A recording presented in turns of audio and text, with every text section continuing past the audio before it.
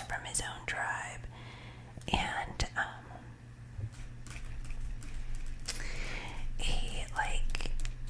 he asks, if so he wants revenge, right? He wants revenge on the pale faces, as he calls them. So he proposes to Cora to be his wife, right? In exchange for Alice. And of course, Cora is not, really keen on that idea.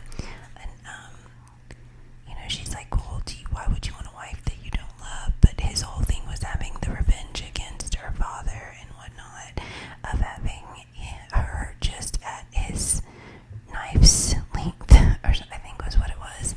So she does go and propose the idea to Alice, who is tied up. Everybody's tied up, and Alice was just, like, no, that's not gonna work, and we can't do that. And so then Magua, starts like rallying up the other Native Americans from his tribe, the warrior guys, and trying to, I guess, like, intimidate them and whatnot. But then he tells them, hey, just let's make them suffer a little bit more. And Hayward and Gamut still keep struggling because they're tied to the trees and whatnot. Magua tries again to see if he'll go and be his wife in order to release Alice, and of course they say no, and he gets upset, he gets mad, and he hurls his tomahawk just above Alice's head and like chops off some of her little curls. And Hayward just snaps, he just goes crazy, or he just loses it, and he snaps his bonds and rushes rushes the Native American who was about to throw his weapon, and they were like, fighting, and Hayward goes down, and the Native American was about to kill, like, it added the advantage and was about to, stab him and kill him, but then a rifle was shot and got the Native American who was attacking him, and he, of course, fell dead, and that's, beside Hayward. So that's where we left off in chapter 11. So now we're starting in chapter 12.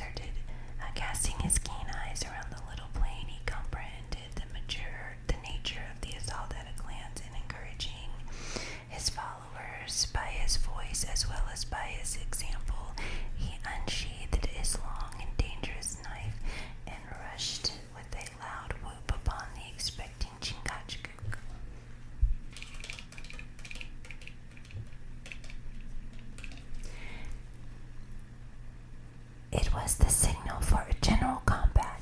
Neither party had firearms, and the contest was to be decided in the deadliest manner, hand in hand with weapons of offense and none of defense. Uncas answered the whoop, and leaping on an enemy with a single well-directed blow of his tomahawk, cleft him to the brain. Hayward tore the weapon from Magua from the sapling, and rushed eagerly toward the fray. As the combatants were now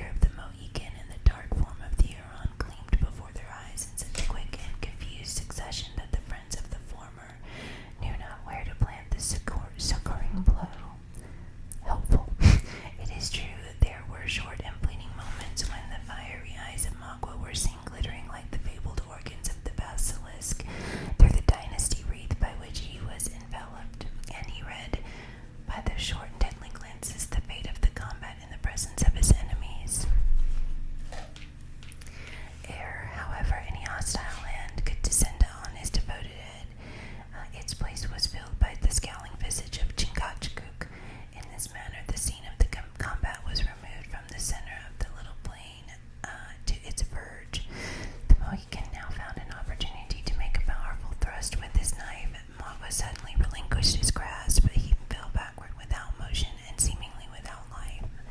His adversary leaped on his feet, making the arches of the forest ring with the sounds of triumph.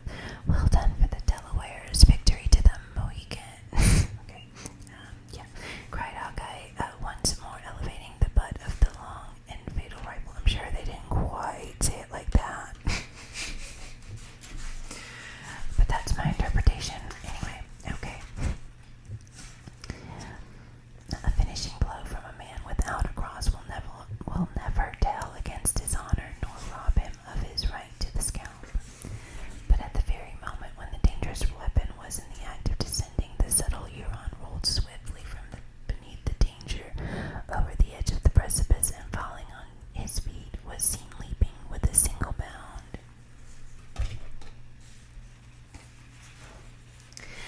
into the center of a thicket of low bushes which clung along its sides. The Delawares, who believed that their enemy dead, uttered their exclamation of surprise and were following with speed and clamor. And were following with speed and clamor, like hounds in open view of the deer, when a shrill and peculiar cry from the scout instantly changed their purpose and recalled them to the summit of the hill. 'Twas like himself, cried the inveterate forester, whose prejudices contributed so largely to veil his natural sense of justice in all matters which concern the Mingos. A lying and deceitful varlet as he is, an honest Delaware, now being fairly vanquished, would have lain still and been knocked on the head, but these knavish maguas cling to life like so many cats on the mountain. Let him go, let him go, 'tis but one man, and he without rifle or bow, many a long mile from his French comrades, and like a rattler that has lost his fangs, he can do no further mischief until such time as he and we too may leave the prints of our moccasins over a long reach of sandy plain. See, Uncas, he added in Delaware, your father is fleeing the scalps already. It may be well to go round and feel the vagabonds that are left, or we may have another of them loping through the woods and screeching like a jay that has been winged. So saying, the honest but implacable, okay, so it is pronounced implacable. So implacable means relentless. So you could also say, like, so saying the honest but implacable scout, right? You could say, so saying the honest but relentless scout made the circuit of the dead, into whose senseless bosoms he thrust his long knife with as much coolness as though they had been so many brute carcasses. He had, however, been anticipated by the elder Mohican, who had already torn the emblems of victory from the unresisting heads of the slain. But Uncas, denying his habits, we had almost said his nature. But Uncas, denying his habits, we had almost said his nature, flew with instinctive delicacy, accompanied by Hayward, to the assistance of the females, and quickly releasing Alice, placed her in the arms of Cora. We shall not attempt to describe the gratitude to the almighty disposer of events, which glowed in the bosoms of the sisters who were thus unexpectedly restored to life and to each other. Their thanksgivings were deep and silent, the offerings of their gentle spirits burning brightest and purest on the secret altars of their hearts, and their renovated and more earthly feelings of exhibiting themselves in long and fervent, though speechless caresses, as Alice rose from her knees, where she had sunk by the side of Cora. She threw herself on the bosom of the latter and sobbed aloud the name of their aged father, while her soft, dove-like eyes sparkled with the rays of hope. We're saved. We are saved. I guess she murmured, to return to the arms of our dear, dear father, and his heart will not be broken with grief. And you too, Cora, my sister, my more than sister, my mother, you too are spared. And Duncan, she added, looking round upon the youth with a smile of ineffable innocence.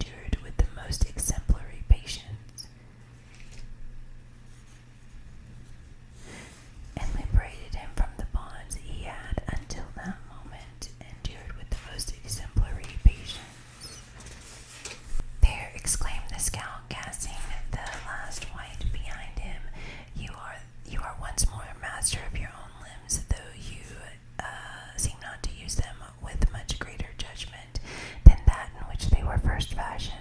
If advice from one is not who is not older than yourself, but who having experience of beyond his years will give no offense, you are welcome to my thoughts. And these are to part with the little tooting instrument in your jacket.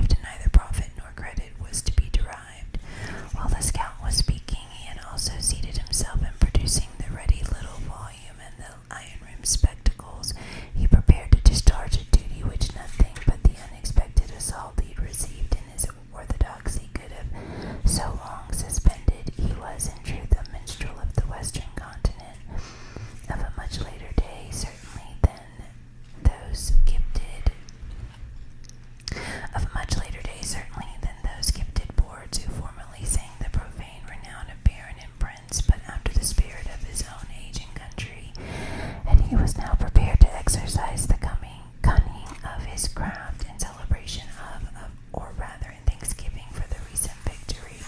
He waited patiently for Hawkeye to cease, then lifting his eyes together with his voice, he said aloud, "I invite you, friends, to join in praise for this signal deliverance from the hands of barbarians and infidels to the comfortable and solemn tones of the tune called Northampton." He next named the page and verse where the rhymes selected were to be found and applied the pitch pipe to his lips with the decent gravity that he had been wont to use in the temple. This time he was, however, without any accompaniment, for the sisters were just pouring out those tender effusions of affection which have already been alluded to, nothing deterred by the smallness of his audience, which in truth consisted only of the discontented scout. He raised his voice, commencing and ending the sacred song without accident or interruption of any kind. Hawkeye listened while he coolly adjusted his flint and reloaded his rifle, but the sounds, wanting the extraneous assistance of scene and sympathy, failed to awaken his slumbering emotions. Never minstrel, or by whatever more suitable name David should be known, drew upon his talents in the presence of more insensible auditors. Though considering the singleness and sincerity of his motive, it is probable that no bard of profane song ever uttered the notes that ascended so near to that throne where all homage and praise is due. The scout shook his head and, muttering some unintelligible words,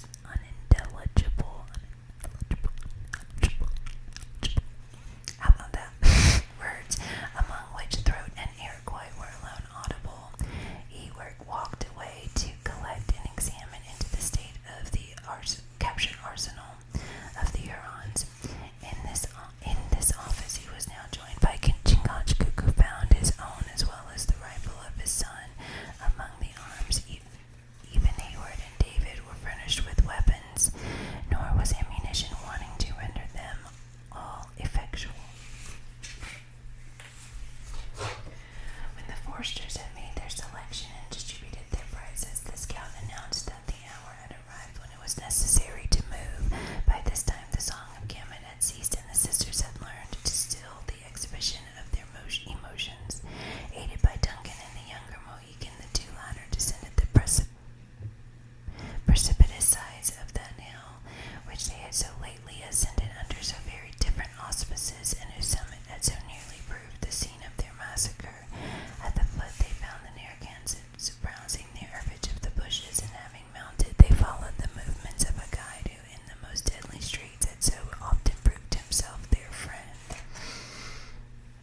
Their journey was, however, short. Hawkeye, leaving the blind path that the Hurons had followed, turned short to his right, and entering the thicket, he crossed a babbling brook and halted in a narrow dell upon the shade of a few water elms. Their distance from the base of the fatal hill was but a few rods, and the steeds had been serviceable only in crossing the shallow stream.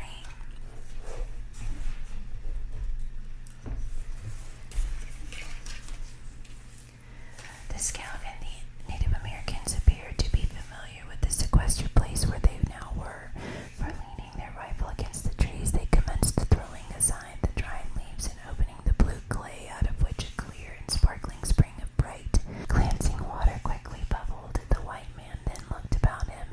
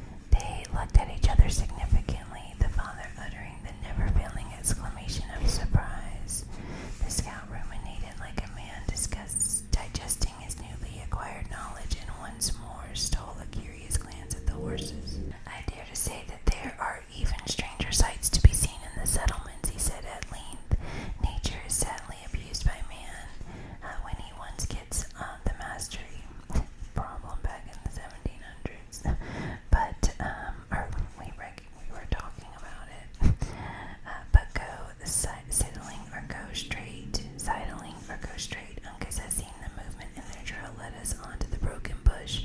The outer branch near the prints of one of the horses was bent upward as a lady breaks a flower from its stem, but all the rest were ragged and broken down as if the strong hand of a man had been tearing them. So I concluded that the cunning varmints had seen the twig bent and torn the rest to make us believe a buck had been, feeling the bows with his antlers. I do believe your sagacity did not deceive you for some such thing occurred. That was easy to see, added the scout, in no degree conscious of having exhibited any extraordinary sagacity. There's that word again, and I've already forgot what it means. Hold on. So, sagacity means foresight, discernment, or keen perceptive ability to make good judgments. So, yeah, okay, got it. Making good judgments. So, makes sense. I do believe your judgment did not deceive you, for some such thing occurred. Well, that was easy to see, added the scout, in no degree conscious of having exhibited any extraordinary judgment. And a very different matter it was from a waddling horse. It then struck me the Mingos would push for the spring, for the knaves know the virtue of its waters. It is then so famous, demanded Hayward, examining with a more curious eye the secluded dell with its bubbling fountain, surrounded as it was by earth of a deep, dingy brown. Few redskins who travel south and east of the Great Lakes but have heard of its qualities. Will you taste for yourself? Hayward took the gourd, and after swallowing a little of the water, threw it aside with grimaces of discontent. The scout laughed in his silent but heartfelt manner and shook his head with vast satisfaction. Ah, you want the flavor that one gets by habit. The time was when I liked it as little as yourself, but